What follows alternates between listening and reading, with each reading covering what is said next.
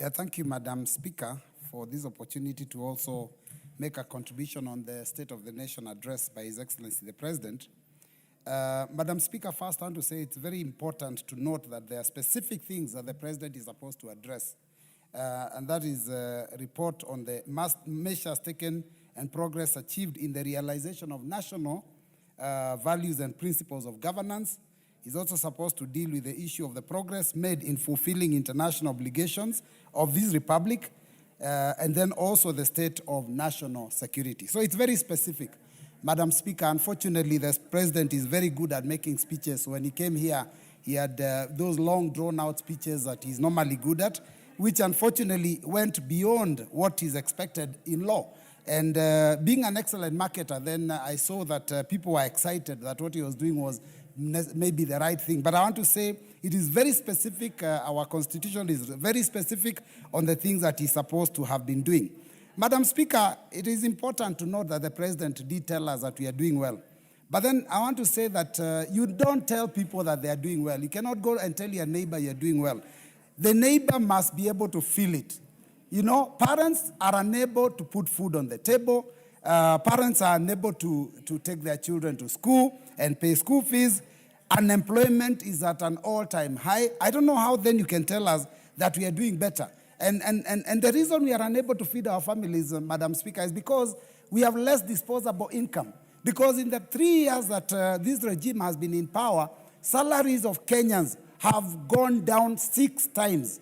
6 times. So we have less disposable income. We are unable to feed our people. But then we are being told here that we are doing better. The country is doing better. We are much better off. It's very unfortunate. Now, the only thing I can say, I can give this regime is that they're very good at cash handouts. They've been going all over the place. I don't know, public empowerment. In campaigns, we are seeing them dishing out, handouts. But you cannot develop a country. You cannot move a country to the first world with cash handouts. Now, I want to go specific to the issues that are supposed to be addressed by the President. On the values and principles of good governance, that is Article 10. And I'll start with one, which is transparency and accountability. The President did cite Singapore. The reason Singapore has reached where it has is because of integrity, is because of transparency, is because of accountability. I don't know whether this regime is being run in those terms. Madam Speaker, I want to point out that Singapore is corruption-free. Is Kenya corruption-free? I will not even bother to answer that question. Every Kenyan knows. Now, you cannot begin to tell us we are going to be like Singapore when corruption is the order of the day. Madam Speaker, in terms of transparency, you know that the law is very clear about borrowing. The public debt must also be contained and controlled by this House. But this regime, Madam Speaker, has been borrowing and has been borrowing from under our noses. And members are aware, but they ignore. Because when you hear something called securitization, Madam Speaker, for all intents and purposes, the last time I had the majority leader challenge me, I want to challenge him to read the definition. And the word loan is actually used to define securitization because you're taking money in advance for road maintenance levy fund. The money that people will pay fuel 10 years from now is already being spent now. That is a loan. So I want to say that this is not transparent. We are borrowing beyond what we should borrow because we are hiding. Now, Madam Speaker, the second one is public participation. You know that's a value that this country must, as espoused in the values and principles.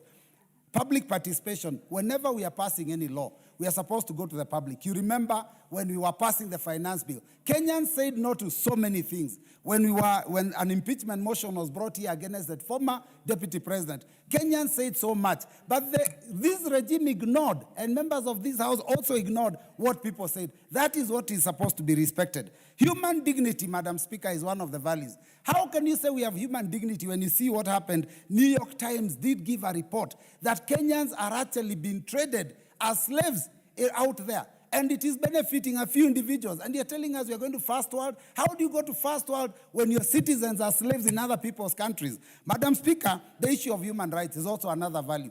How can we say we are respecting human rights? And the President didn't even talk about it. How many Kenyans were killed in 2023, 2024? How many young Kenyans were shot? The President himself gave orders, shoot on the leg. And you're saying we are respecting human rights? I'm talking about the values that are here, that are espoused in the Constitution of the Republic of Kenya. Madam Speaker, the issue of regional balance. The Honorable